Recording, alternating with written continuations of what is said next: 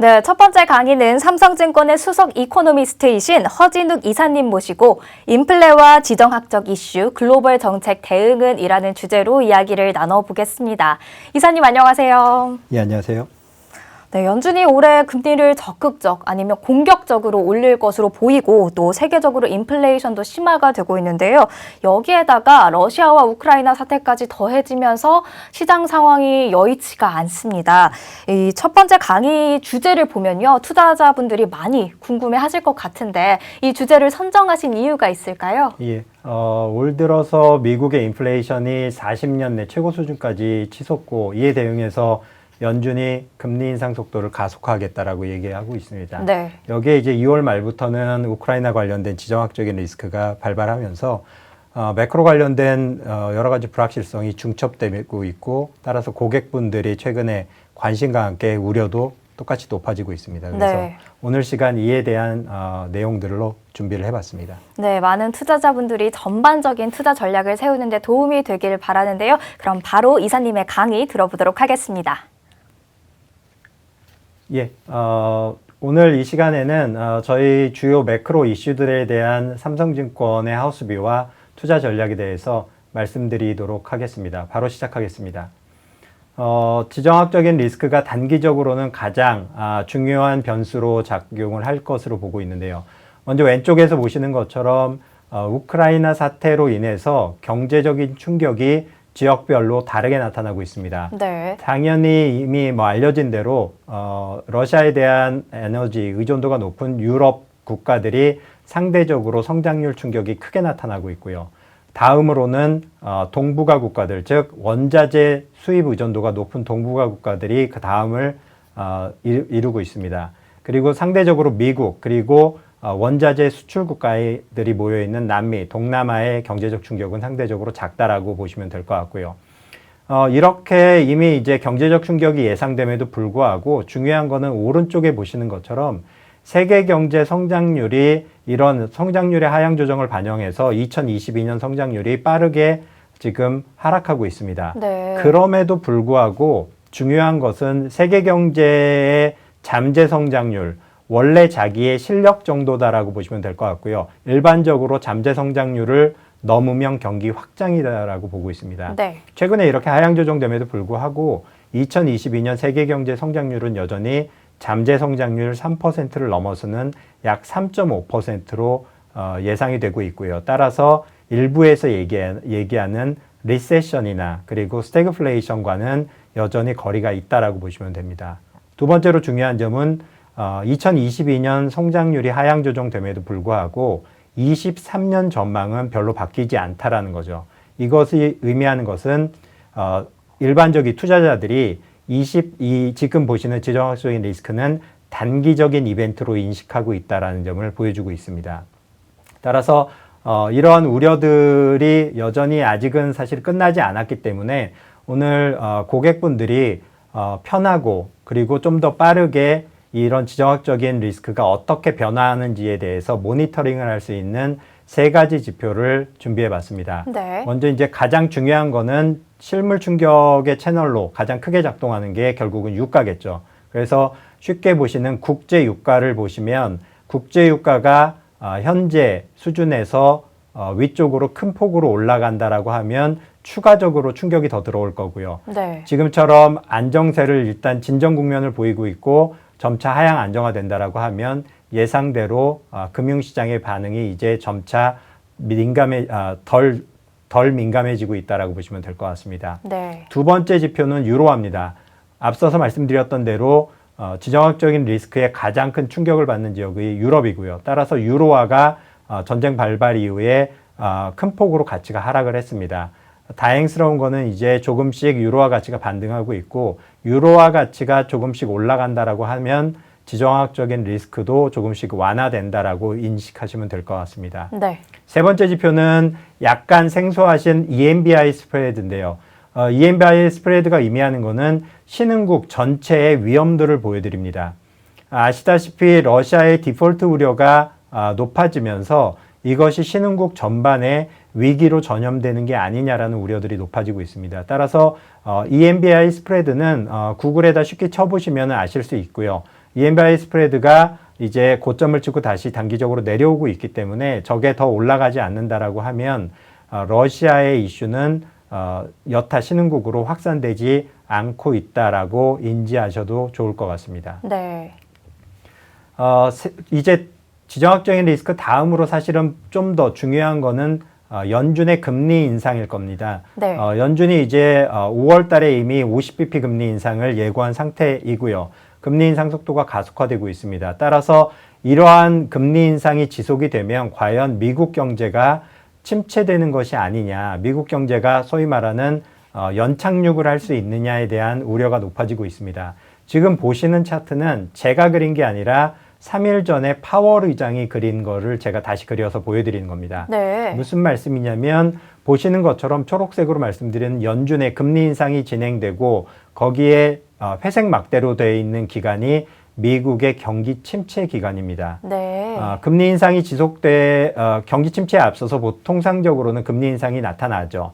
그런데 저기에 표시해드린 65년 그리고 84년, 94년 이 세 개의 케이스는 금리 인상에도 불구하고 미국 경제가 침체에 빠지지 않고 연착륙되었던 기간입니다. 그러네요. 생각보다는 연착륙 케이스가 많다라고 보시면 될 것 같고요.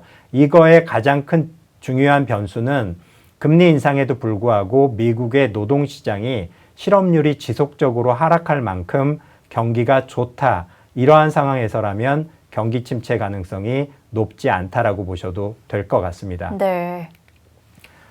저희가 이제 파월 의장도 계속적으로 금리 인상 속도를 가속화시키겠다라고 얘기할 수 있는 근본적인 배경에는 미국 경제 그리고 노동시장이 굉장히 견고하기 때문에 그렇습니다.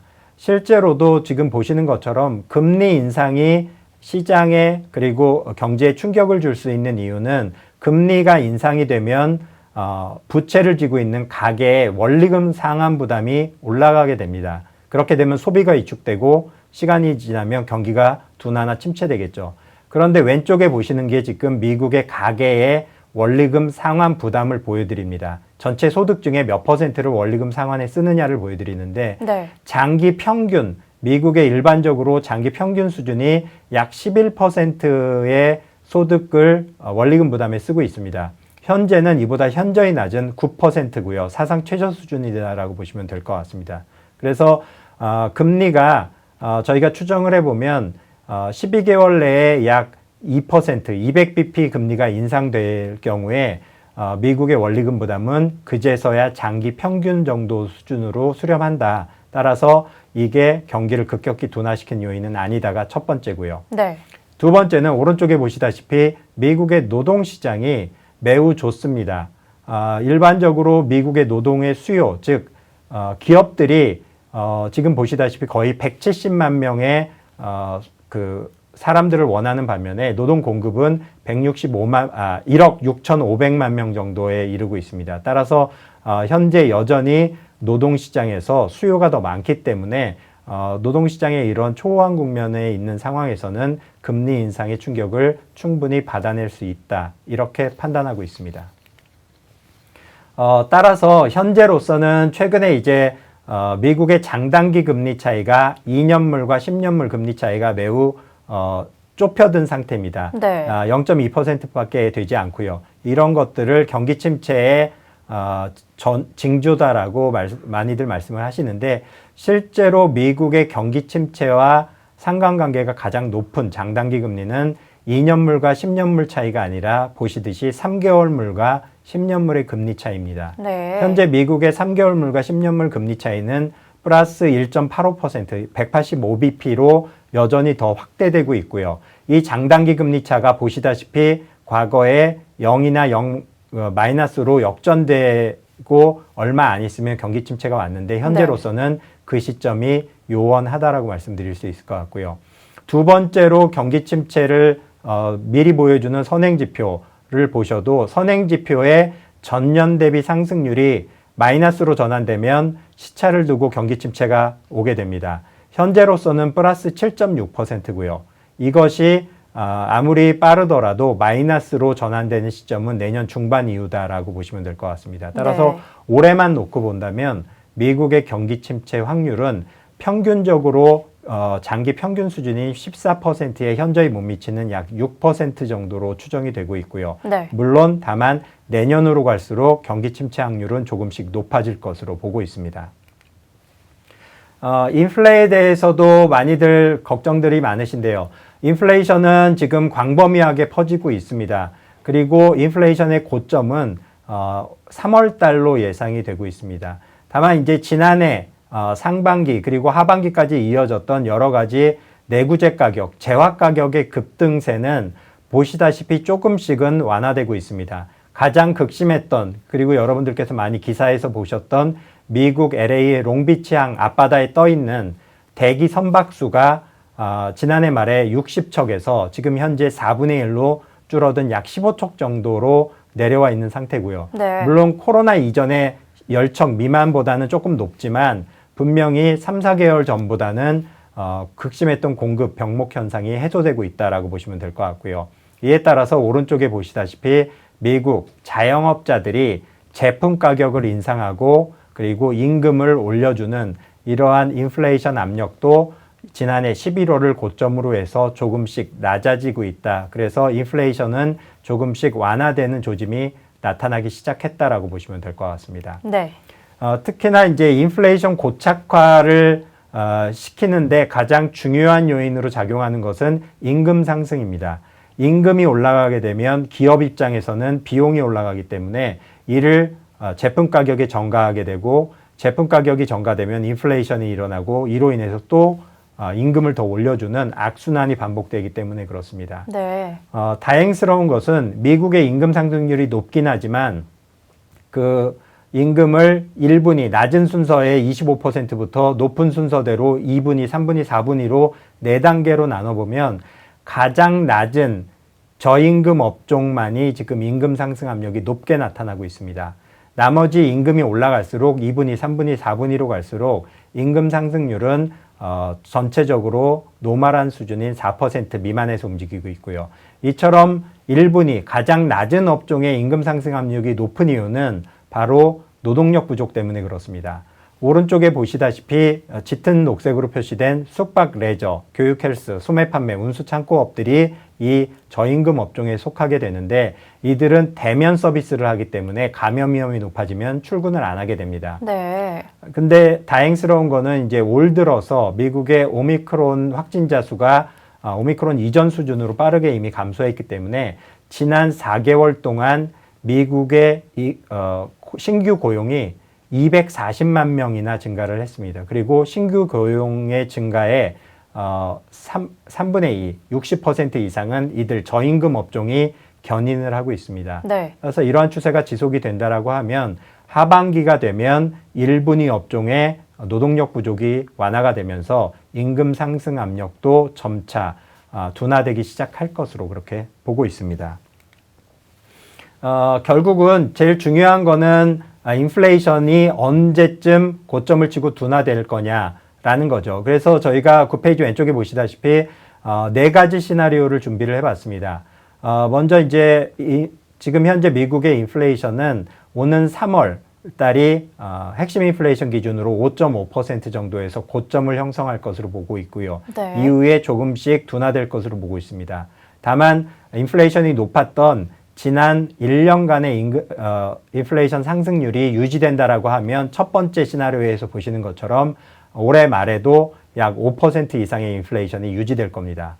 반면에 그보다 이제 월간 상승률이 낮아지면 두 번째 시나리오 그리고 저희의 지금 현재 기본 시나리오는 올해 말 정도가 되면 미국의 인플레이션이 약 3.5% 내외 수준까지 둔화될 것으로 보고 있습니다. 네. 현재로서는 가장 확률이 높은 건 두 번째와 세 번째 시나리오 그 중간 지역이 될 것으로 보고 있습니다.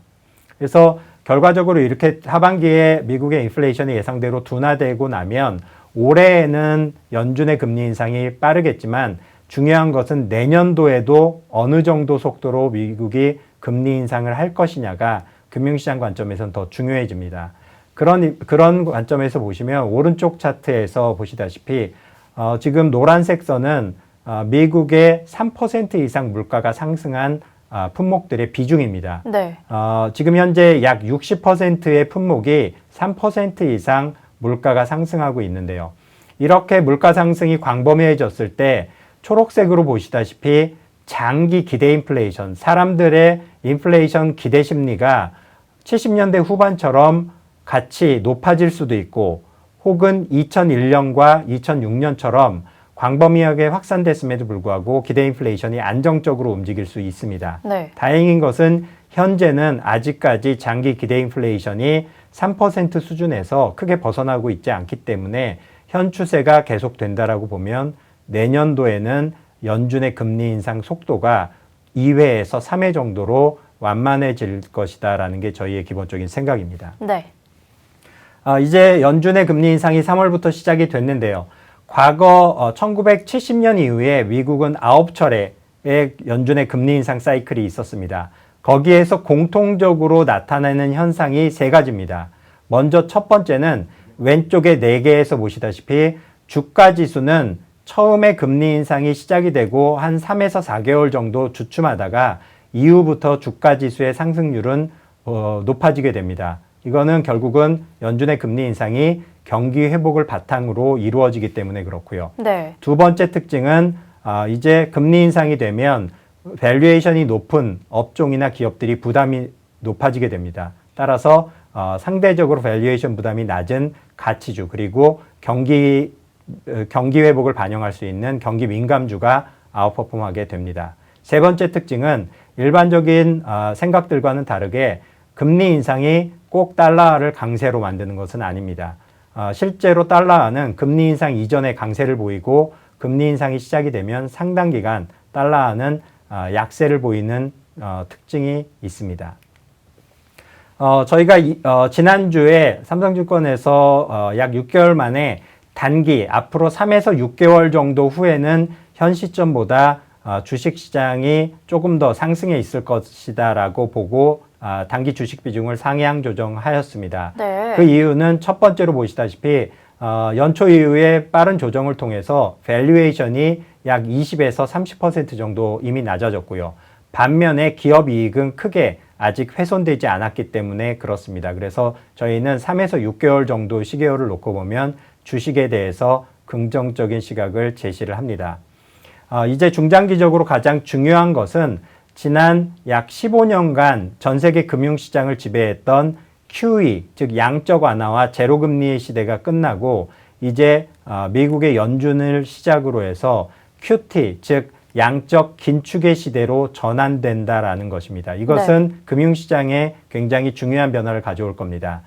크게 세 가지 특징이 있는데요. 첫 번째로 이제 QE의 시대에서 모든 금융자산, 에브리바디가 해피했던 시대, 주식도 오르고 채권도 오르고 원자재도 오르는 이런 시대는 마무리가 됐다라는 것을 인지하실 필요가 있습니다. 네. 이제 더 이상 프리런치, 공짜 점심은 없습니다. 그리고 더 높은 수익을 얻기 위해서는 좀 더 높은 위험을 감수하는 것이 요구된다라는 게 QT 시대의 투자의 기본 철학이 될 겁니다. 두 번째로는 이제 시장 전체가 QE 시대에서 보셨던 것처럼 상승하는 소위 말하는 베타의 시대는 끝났습니다. 그래서 시장이나 업종 전체의 상승보다는 개별 기업에 대한 심도 있는 분석이 필요하다라고 보시면 될 것 같고요. 아주 먼 미래 10년, 20년의 성장 잠재력보다는 향후 2, 3년 내에 성장이나 이익 창출 능력이 핵심이 될 것입니다. 끝으로 이제 마지막으로는 지난 14년간 QE 시대에서 가장 수혜가 컸던 성장주 그리고 성장주 비중이 높은 미국 시장에 포트폴리오가 많이 쏠려 있었습니다. 그래서 그 성장주와 미국이 나쁘다는 의미가 아니라 이제 QT의 시대에서는 위험을 한쪽에 몰기보다는 지역적 그리고 업종 그리고 스타일 관점에서 포트폴리오 다변화가 바로 요구되는 시기가 이제 도래하고 있다라고 보시면 될 것 같습니다. 네, 여기까지 허진욱 이사님의 강의를 들어봤습니다. 자, 프리 런치는 없지만 그래도 막연하게 걱정을 하셨던 분들이 조금은 안심할 수 있는 그런 내용이지 않았을까 싶은데요. 자, 강의 도중에 채팅창을 제가 이렇게 보고 있었는데 예. 질문들이 몇 가지 올라왔더라고요. 그래서 질문 한번 드려보도록 하겠습니다. 일단은 연준 이야기를 참 많이 해주셨어요. 예. 근데 연준의 금리 인상이 예상보다 가속화되면서 미국 경제의 스태그플레이션 혹은 경기 침체 우려가 동시에 높아지진 않을 예. 것 같냐는 질문이 있었는데 네. 어떻게 보시나요? 가장 많이 지금 투자자분들이 우려하시는 질문일 것 같습니다. 아까 앞서도 말씀드렸지만 연준의 금리 인상은 분명히 경기 둔화 그리고 이를 넘어선 침체 위험을 높이는 요인은 맞습니다. 네. 다만 이제 중요한 것은 연준이 금리를 인상하더라도 올해 내에는 소위 말하는 중립금리, 즉 경기를 제약하지도 그렇다고 부스팅하지도 않는 그 수준이 약 2.5% 정도입니다. 네. 그래서 올해 말 정도나 돼야 2.5% 정도에 도달하기 때문에 연내에는 경기 침체 가능성은 그리 높지 않다. 다만 이제 내년으로 갈수록 경기 침체 확률은 조금씩 더 높아진다. 따라서 올해에는 10% 미만이지만 내년 정도가 되면 약 20에서 25% 정도의 경기 침체 확률을 가질 것으로 그렇게 보고 있습니다. 네, 알겠습니다. 그리고 또 많은 분들이 투자하실 때 참 우려하는 게 리스크인데요. 이 향후 글로벌 금융시장 투자에 있어서 가장 큰 리스크 요인이 있다면 뭐를 꼽으실 것 같으세요? 일단 기간을 단기와 그리고 중장기로 나눠볼 필요가 있다고 보고 있습니다. 네. 단기적인 가장 큰 리스크는 아시다시피 가장 예측 가능성이 낮은 지정학적인 리스크가 될 겁니다. 네. 그거에 대해서는 말씀드렸던 국제유가 그리고 유로화 그리고 EMBI 스프레드 이 세 가지 지표를 매일매일 모니터링 하시면 이 부분에 대해서 어떻게 진행되는지 업데이트를 받으실 수 있고요. 네. 중장기적으로는 여전히 인플레이션일 겁니다. 제가 이제 하반기 되면 인플레이션이 조금씩 둔화된다라고 말씀을 드렸지만 네. 만약에 그렇지 않을 경우에는 연준이 지금 예상보다 좀 더 금리를 높은 수준까지 올릴 필요성이 높아지고요. 이거는 반대급부로 내년도에 미국 그리고 글로벌 경제의 침체 리스크를 올린다라는 측면에서 중장기적으로 가장 큰 리스크는 여전히 인플레이션이다. 이렇게 말씀드릴 수 있을 것 같습니다. 네, 단기 그리고 중장기 이렇게 구분지어서 리스크까지 저희 함께 확인을 해봤습니다. 네, 여기서 허진욱 이사님의 강연은 마치도록 하겠습니다. 감사합니다. 좋습니다.